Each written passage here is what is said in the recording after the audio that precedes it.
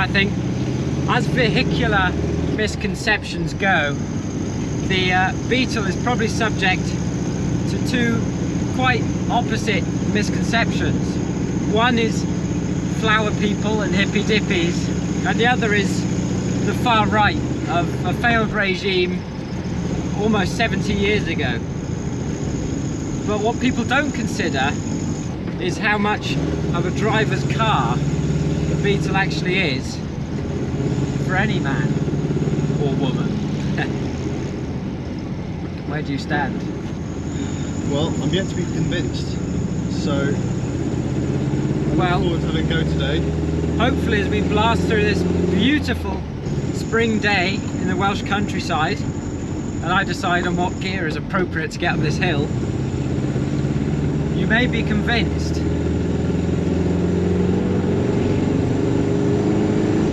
So this is one of those cars where what you've had for breakfast really alters the performance. Yeah, well, it's 0.8 of a ton, so it's not heavy. So we've got 22 horsepower each, is that right? That's exactly it. There's a 44 horsepower lump in the back, thanks to the magnesium blocked flat 4 engine, which for the uninitiated is air cooled. So it's akin to a lawnmower really. But I think 44 horsepower to 0.8 of a ton, I'm not sure what the ratios are on that, I'm not clever enough, but I think it's got a bit of nip to it. Let's put it like this. We're going fast enough. Indeed. The clock says 35, backfiring like a madman. There it goes again. The clock says 35, but it feels like 60. And I think that's more than enough. Light, responsive, thanks to its narrow little tyres, which would have originally been Michelin X's, but I couldn't afford to put those on. Backfire. That's the special thing about this car, is that it is mine. So driving it isn't, I don't feel like I'm looking after it for someone else. Yeah, I'm glad you're not afraid to drive it as well. I think, well, many people cast aspersions on the Volkswagen Beetle without actually getting behind the wheel. Exactly. Or even sitting in one, and actually it's as good fun as anything I've ever been in. Now there are some points to them that do reign true that people say, is that the smell of fuel is biblical. Yeah, I can see why everyone was high in the 60s. Yeah, that and the heat. They do get warm, especially these black vinyl seats, and they will make a mechanic out of you. Terribly convinced that this seat's bolted down. That's alright. As long as we don't cook the brakes, we'll be okay. As long as the door stays shut, then I think I'll stay in the car. But like you say, what people don't say is they have great fun. You picked it. I was about to say you picked a good road for this, but it's quite bumpy. That's alright. Pleasant surprise from the front suspension. Of course, this being a Super Beetle, you've got McPherson strut, haven't you? Yeah, that and it's slightly longer. Yeah, the added wheelbase and those coil springs on the front. Yeah, it's the doesn't posh, roll. Doesn't roll like I thought it would actually. It's the posh bug, or the big bug as they call it. Well, yeah, I really probably the most grown up, if you can call these grown up.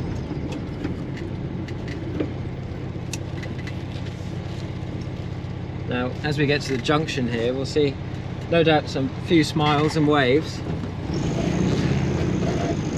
because that's what it does to people. It really puts a smile on faces. Speed bump. Speed bump. Oh, yeah. Despite the suspension, it is slightly bumpy. It's not a hard ride. No, it's not hard. It's bouncy, eager. Yeah. On a road plagued with many speed bumps.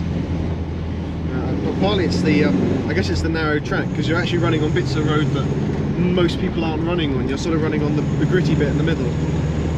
You hear that from people who've got three-wheelers. You say you've got one wheel that's actually running down the centre of the road all the time. Right. And all the grease and all the seldom driven bit. Well, in this part of the world, grass.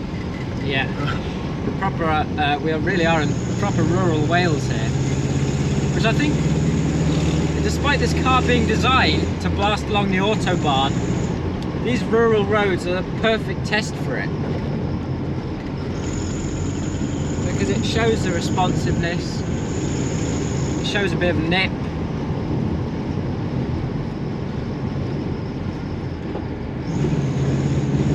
The other thing that's quite joyous about an underpowered car, well, we use the word underpowered as other people have, but it's that you can actually use all of it. Exactly. You can be foot to the floor pretty much all the time, whereas if we were here in a new sports car, or any sports car, anything that's considered a sports car for that matter, it's incredibly frustrating on British roads. You'd be a bit more reserved, wouldn't you? Yeah. Yeah. That's the thing. I am foot to the floor. You're foot to the floor, and if you lose that momentum, if you scrub that momentum off, you've got to pick it back up again. So you're thinking like a driver. You're having to carry speed into the corners. Yeah, and it rewards you. If you get it right, you get your changes right, and you're cornering, you're braking right, then it rewards you. It's a fantastic experience.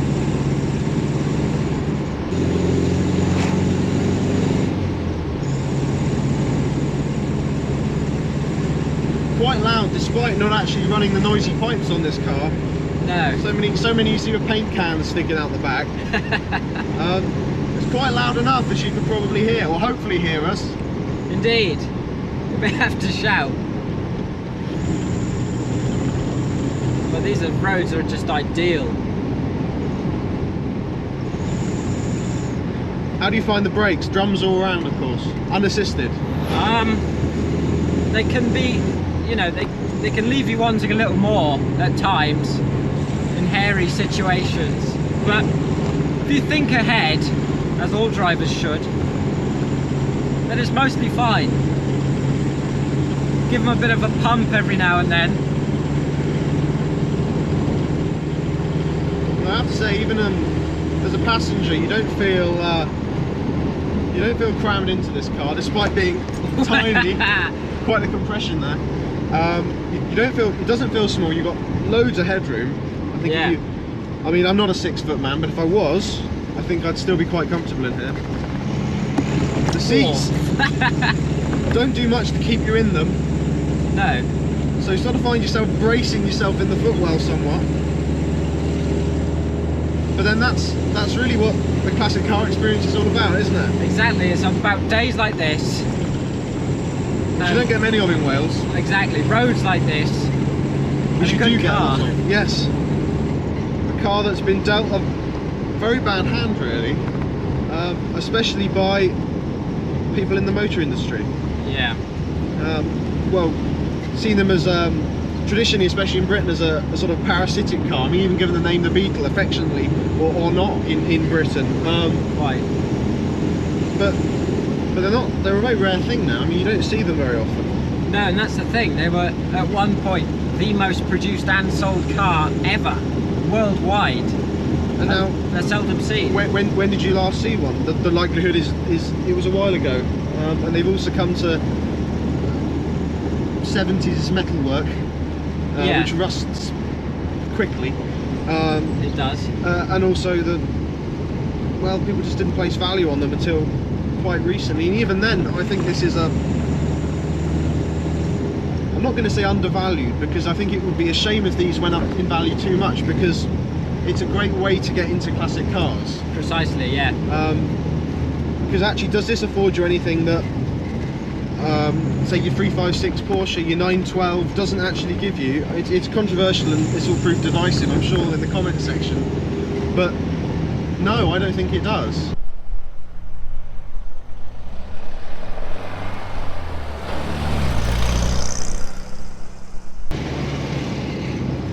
A very scenic bit of Wales now. Indeed.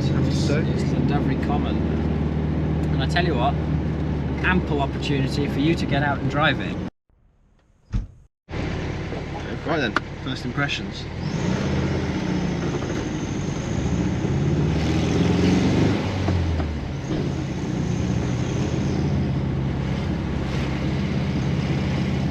intuitive yet remote gear change. I suppose having the gearbox behind you makes for quite a rural traffic jam. and the throttle that sticks. I think We appear to be backing up. This is a good start. Good Okay, hang on. practice. Oh no, we're not. Where are we? This is awfully good Go fun. forward, hang We are on. going forward. There we go. Let's try that again. Good practice. Still can't get over how narrow it is. I mean, my Land Rover's narrow, but I never look at it as narrow because it's just so tall. Yeah. I mean, it's narrow by the standard of, come on, modern cars. Speed bump. Very extreme speed bump. Come on then. Crest the bridge. Jump maybe. Not quite airborne. Not my car. Another one. Try again. Really?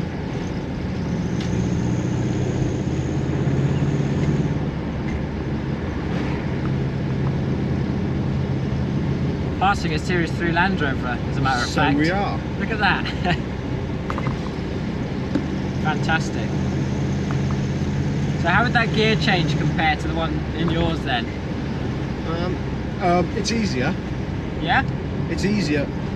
It still feels like it's a long way away, the gearbox. Well, People who talk about having a slick gear change, but is it better in a Porsche? I somewhat suspect it isn't really. whoa. Suspension might be in a modern Porsche. You'd hope. I don't know if I need to double declutch or not. I do in my Land Rover, so I'm kind of getting got Mixed into the habit. messages. Yeah, Yeah. can't do any harm, right? We're going into a 60. Here we go. First time we've actually got a bit of speed up on this run. Yeah. That's foot to the floor. Might have to do a bit of shouting. 45. It's noisy. That's 50.